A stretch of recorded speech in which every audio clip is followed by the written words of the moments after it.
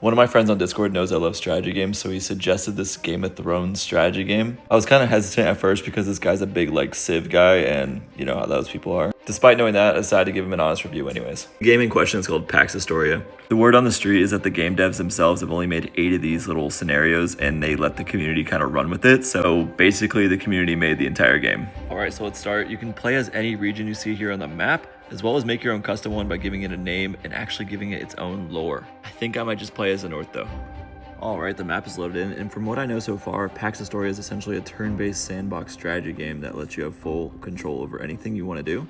So much so that it lets you have full-blown conversations with any of the regions, as well as put them all into group chats, which is pretty cool. They even have a timeline that lets you see the next major event, skip a week from now, or even a full year. I think I'm just gonna do 2 days. As this loads, it basically gives you so much information like map changes and all these different details like you're watching the show. I even found this cool globe feature that shows you what the Game of Thrones map would look like as planet Earth, which I find fascinating. On the bottom here, you have an advisor. It can tell you about the game summary, strategic advice, and below that is a lore page that gives you a full synopsis of every region just so it catches you up. If I had to give this game a quick rating, I'd probably give it a 9 out of 10 just based on how creative it is and how much control it actually lets you have per turn. If this seems like something you want to play yourself, it's just Pax Astoria in the Google search bar and you'll find it yourself.